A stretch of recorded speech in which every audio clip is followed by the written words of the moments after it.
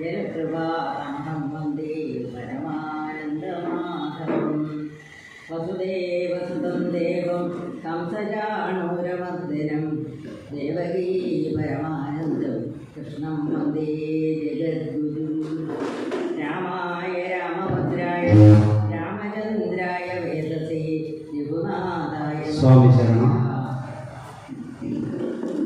ഇന്നത്തെ രാമായണ കഥ അവതരണം ശാന്ത ചേച്ചി ആരംഭിക്കുന്നു. സ്വാമിയെ ശരണമയ്യപ്പ. ആരണ്യകണ്ഠമാണ് ഇന്ന് തുടങ്ങുന്നത്. സ്വാമി ശരണം.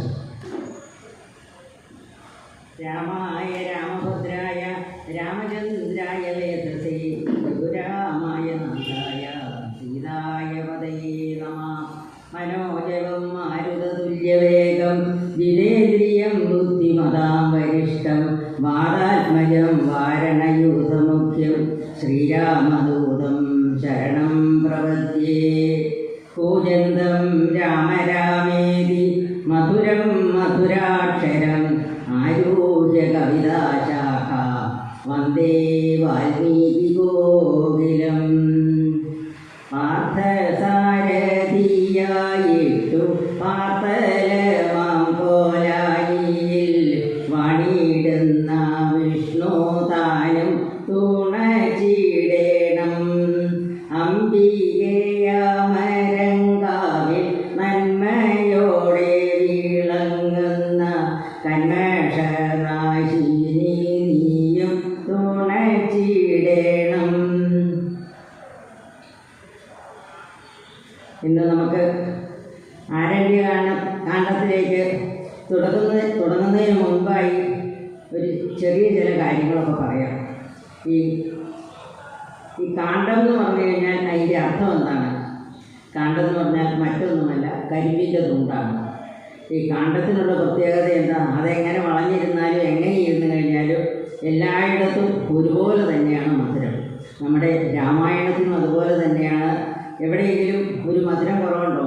കാരണം നമുക്കെല്ലാവർക്കും അറിയാം അതിൽ കൂടുതൽ ദുഃഖമാണെന്ന്, ഇല്ലേ? ഏത് കാണ്ഡത്തിലെടുത്താലും ഏത് കാണ്ഡമാണല്ലേ അധ്യായം എന്ന് പറയുന്നത്, എവിടെ എടുത്തു കഴിഞ്ഞാലും കൂടുതലും ദുഃഖമാണുള്ളത്. പക്ഷെ നമുക്ക് ആർക്കെങ്കിലും തോന്നിയിട്ടുണ്ടോ, ഓ ഇത് ഈ ട്രാജഡിയാണ്, അല്ല ദുഃഖത്തിൻ്റെ കഥയാണ്, അതുകൊണ്ട് നമ്മൾക്ക് ഈ രാമായണം വായിക്കേണ്ടതെന്ന് തോന്നുന്നുണ്ടോ? കാരണം അതിൻ്റെ ആ മാധുര്യം തന്നെയാണ് നമുക്ക് ഏറ്റവും ഇഷ്ടമായിട്ടുള്ള കാര്യം. നമ്മൾ അതിൻ്റെ മാധുര്യത്തെക്കുറിച്ച് കൂടുതലൊന്നും പറയാനില്ല. നമ്മുടെ മഹാകവി പറഞ്ഞിട്ടുള്ളത് നമുക്കെല്ലാം ഓർമ്മയുണ്ടല്ലോ. കാവ്യം സുഗേയം കഥ രാഘവീയം കർത്താവ് തുഞ്ചത്തുളവായ ദിവ്യൻ ചൊല്ലുന്നതോ ഭക്തിമയ സ്വരത്തിൽ ആനന്ദലെത്തി ഇനി എന്തു വേണം, അല്ലേ? ഇത് കേട്ട് കഴിഞ്ഞാൽ പിന്നെ ആനന്ദലെത്തിക്ക് ഒന്നും വേണ്ട. രാമായണം നമുക്ക് അത്രമാത്രം നമ്മളിലേക്ക് പ്രവചിച്ചു കഴിഞ്ഞു. ആർക്കെങ്കിലും രാമായണം അറിയാൻ മേലാത്ത, ഒന്നും അറിയാൻ മേലെങ്കിലും എന്തെങ്കിലും രാമായണത്തെക്കുറിച്ച് സകല ആൾക്കാർക്കും അറിയാം. കഴിഞ്ഞ ദിവസം ഞാൻ പറഞ്ഞു മാപ്പിള രാമായണത്തെക്കുറിച്ച്. അത് വേറെ എവിടെയൊന്നുമല്ല, നമ്മുടെ വടകര ഭാഗത്താണ് ഇതിന് പ്രചാരമുള്ളത്. അത് ആദ്യം ഇങ്ങനെ വെറുതെ ആൾക്കാർ പറഞ്ഞ്, അതായത് ഒരു കുഞ്ഞിരാമൻ നമ്പ്യാരാണ് ഇതിങ്ങനെ പാടിക്കൊണ്ട് നടന്നതെന്ന് പറയും. ആ വാമൊഴിയാണ്. ഓരോരുത്തരൊക്കെ അത് എഴുതുകയൊക്കെ ചെയ്തു. ഇപ്പോൾ അത് നമുക്ക് കിട്ടുന്നുണ്ട്. അതെന്താന്ന് അത് ശരിക്കും പറഞ്ഞു കഴിഞ്ഞാൽ നമ്മൾ വിചാരിക്കുന്ന പോലെയുള്ള, അല്ലെങ്കിൽ അധ്യാത്മരാമായണമോ വാൽമീകി രാമായണമോ ഒന്നും പോലെയുള്ള ഒരു സമ്പൂർണ്ണ രാമായണമല്ല. അത് 5 പാട്ടുകളാണ് അതിലുള്ളത്.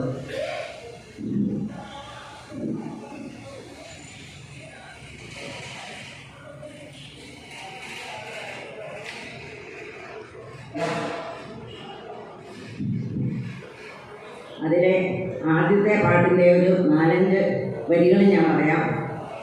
അതിലെല്ലാം രാ എന്നുള്ള അക്ഷരമില്ല, എല്ലാം ലായാണ്. ആദ്യം തുടങ്ങുന്നത് എങ്ങനെയാണ്? ലാമ ലാമ ലാമ ലാമ ലാമ ലാമ ലാമ ലാമ ലാമ ലാമ ലാമ ലാമ ലാമ ലാമ. താട്ടിക്കാരെ നൗലിയാര് പാടി വന്ന പാട്ട്, താടിക്കാരെ നൗലിയാര് പാടി വന്ന പാട്ട്, നമ്മളൊക്കെ കേട്ടതല്ലേ രാമായണ